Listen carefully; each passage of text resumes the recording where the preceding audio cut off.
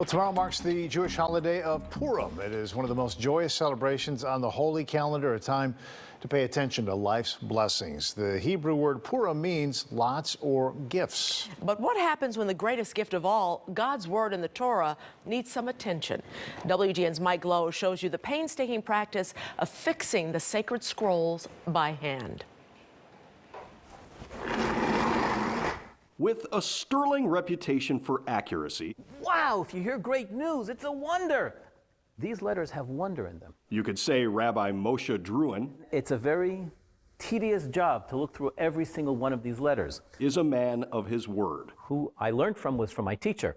And who taught my teacher? Well, it had to have been his teacher. And who taught his teacher? Keep on going. But he's a practitioner of one of the world's oldest professions, and the words aren't really his. So who was the first teacher? So it was good old Moses. And who taught Moses? Well, it was God himself. If you think of it, I'm in God's profession. A little respect here. He is a sofer, the Hebrew word for scribe. My job is to ensure that every letter is there. There are no broken letters, no missing letters, no fading letters. And it takes a lot of energy.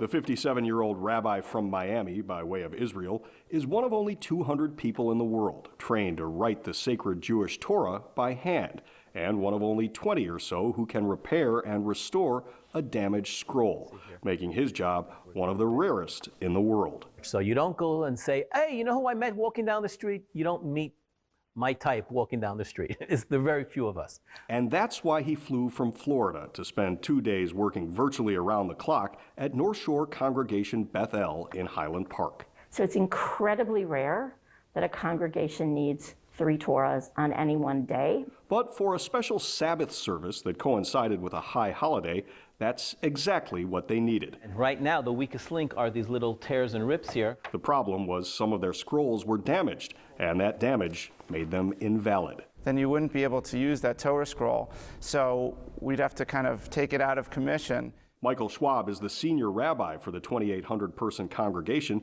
and he called the sofer for some rabbinical restoration. When I'm brought in, my job is to scan the entire scroll and to ensure that all the letters are there. The Torah holds 304,805 letters in 245 columns on 62 pieces of parchment, sewn together and wrapped around 2 large wooden rollers. But in the Jewish faith, it's more than just a book.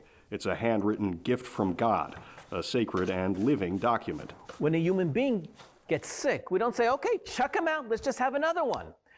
Every soul is precious. We do everything in our power to heal.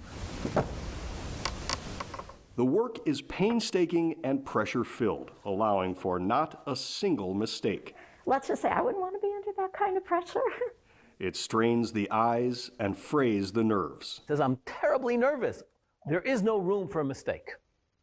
And that's why, surely while we're writing this, the focus has to be complete. Working 18-hour days in a perfectly quiet room, he's searching for smudges. He's finding the flaws and he's fixing them.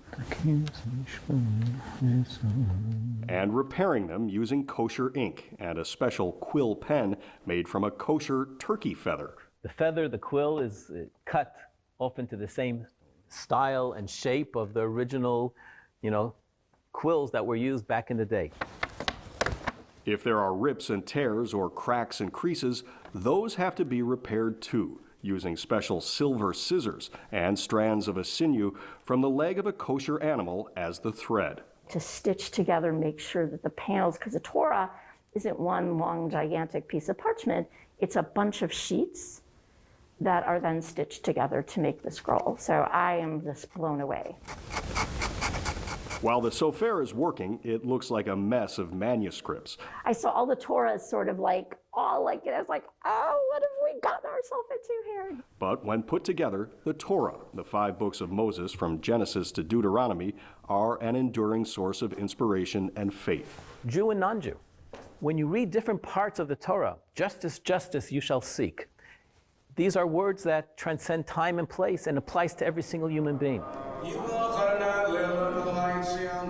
He repaired the scrolls in time for the service, a man of his word and of God's. This is not mine. This is not my invention. This is not my idea. This is not my beauty, but rather I am meant to be a really good copier of something that was there before me, who had it really right. In Highland Park, Mike Lowe, WGN News. Wow, that's amazing. Talk about attention to detail. Wow.